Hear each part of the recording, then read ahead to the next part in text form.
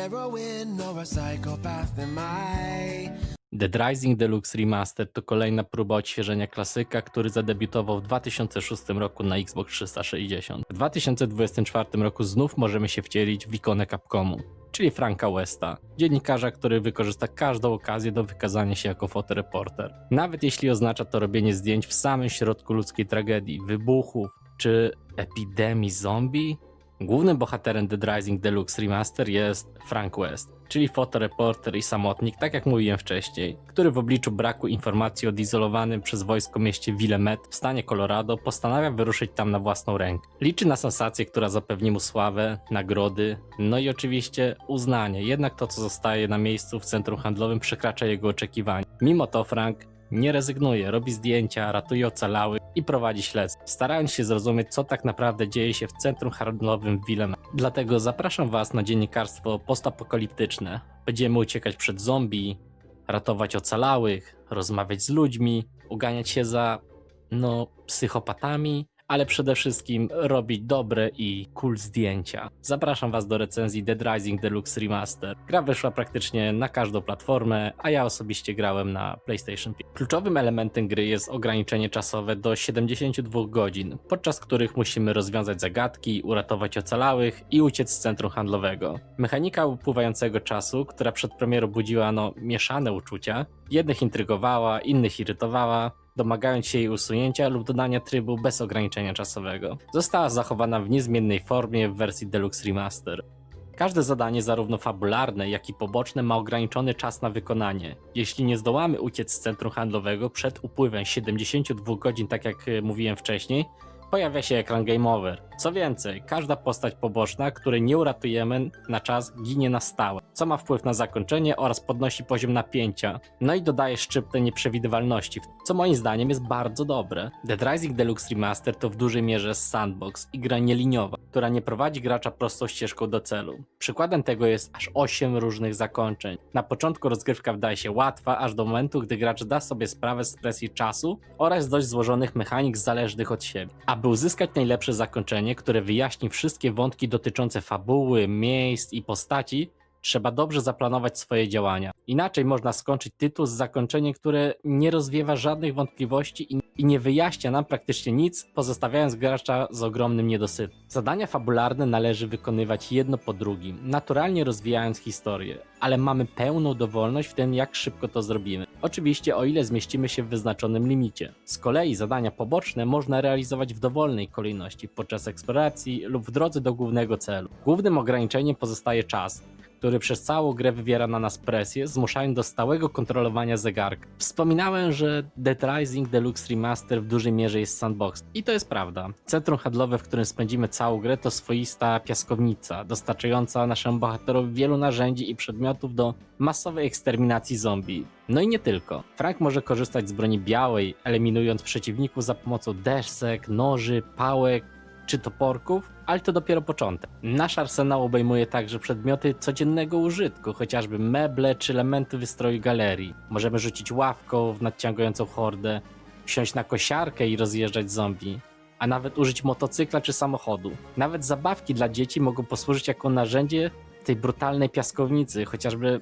coś w rodzaju klocków Lego. Należy jednak pamiętać, że żadna broń nie posłuży nam zbyt długo, ponieważ szybko się niszczy. Na szczęście w wersji Deluxe Remaster wprowadzono pasek wytrzymałości przedmiotu, co umożliwia lepsze zarządzanie naszymi zasobami. Choć broń nadal ma ograniczoną trwałość i jej żywotność została nieco wydłużona w porównaniu do wersji 2006 roku. Moim zdaniem przedstawione zmiany są krokiem w dobrą stronę. Wprowadzanie paska wytrzymałości sprawia, że gra staje się bardziej strategiczna, a gracze mogą lepiej planować swoje działania. To znacząca poprawa, która sprawia, że zarządzanie ekwipunkiem staje się bardziej satysfakcjonujące i bardziej intuicyjne, a mniej frustrujące. I to jest wszystko na plus. Dead Rising Deluxe Remaster wprowadza wiele usprawnień, które czynią go bardziej przystępnym dla współczesnych graczy. Jednocześnie zachowuje mechaniki i wyzwania z oryginału. Przykładem tego jest rozszerzenie możliwości zapisywania gry. W oryginale zapis możliwy był jedynie w wybranych miejscach, takich jak kanapa obok pokoju ochrony, czy łazienki rozmieszczone po całym centrum handlowym. Teraz oprócz tradycyjnych punktów zapisu dodano także także funkcję autosave, która automatycznie zapisuje postęp w kluczowych momentach takich jak przed walką z bossem, czy podczas istotnych wydarzeń fabularnych. Z jednej strony to świetne udogodnienie dla graczy, którzy mogą czuć się bezpiecznie, nie martwiąc się o utratę postępu w trudnych momentach. Z drugiej strony gra stała się znacznie łatwiejsza w porównaniu do oryginału. Wcześniej wyzwania związane z koniecznością planowania zapisu gry dodawało,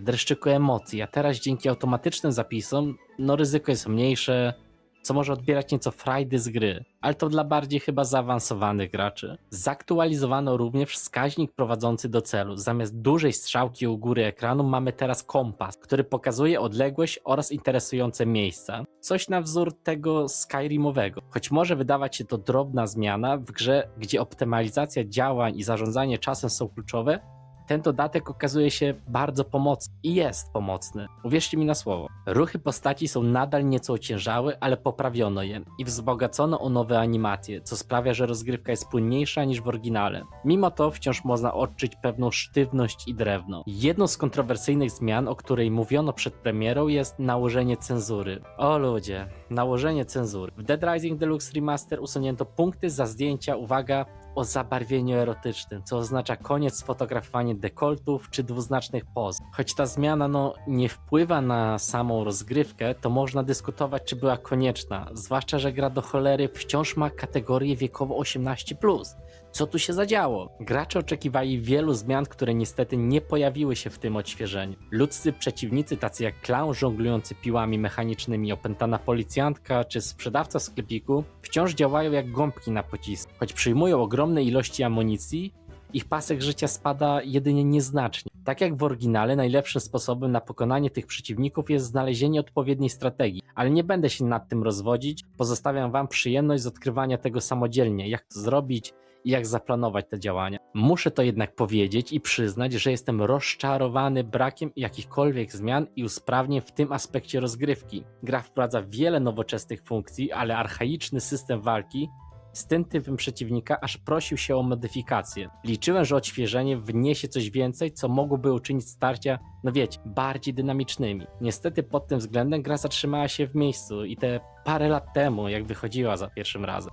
Nazwa Deluxe Remaster brzmi dość ironicznie i musicie mi to przyznać, bądź jak tania zagrywka marketingowa mająca na celu uwypuklenie zjawiska oraz słowa, jakim jest remaster. Ale tutaj nic bardziej mylnego, ponieważ nazwa jest trafna w kontekście tego, co dostajemy. Czyli dostajemy grę, która jest o pół kroku od bycia pełnoprawnym remake'iem. Dead Rising Deluxe Remaster działa na silniku Re-Engine, znany z najnowszych oraz zremasterowanych gier z serii Resident Evil, takich jak Resident Evil 2 Remake czy Resident Evil 4 Remake, czy chociażby Dragon's Dogma 2 i Monster Hunter Wilds najnowszy. Dead Rising Deluxe Remaster sprawdza się znakomicie, zwłaszcza w zamkniętych i korytarzowych lokacjach, takich jak galeria handlowa, w której toczy się akcja. Dzięki temu rozgrywka w tym otoczeniu jest płynna i wolna od problemów technicznych. Re-Engine najlepiej radzi sobie właśnie w ograniczonych przestrzeniach, co idealnie pasuje do charakteru gry. Natomiast w bardziej otwartych lokacjach, jak chociażby Dragon's Dogma 2 czy Resident Evil Village, optymalizacja potrafi być, skromnie mówiąc, mniej stabilna, co odbija się na wydajności. W przypadku Dead Rising ten problem na szczęście nie występuje, co stanowi duży atut. Warto wspomnieć o kilku istotnych zmianach godnych pełnoprawnego remake'u. Modele postaci, w tym Franka Westa, zostały całkowicie przeprojektowane. Jego wygląd znacznie się różni, co może budzić mieszane odczucia. Zadbano również o bardziej szczegółowe animacje, mimikę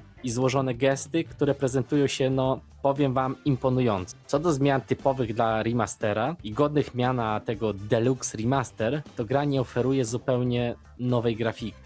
Tekstury zostały jedynie ulepszone, poprawiono oświetlenie, a wszystkie dialogi nagrano na nowo z udziałem nowych aktorów głosowych. Co ciekawe, dialogi są nieco grzeczniejsze niż w oryginale, co może zostać różnie odebrane, mimo że przemyśleń naszego głównego bohatera jest dość mało na przestrzeni trwania gry, bo i gra sama w sobie nie jest specjalnie długa. Jeśli miałbym podsumować zmiany, które zaszły w ramach tego liftingu graficznego, to Dead Rising Deluxe Remaster to umiejętne połączenie starych elementów z nowymi technologiami i zabiegami graficznymi.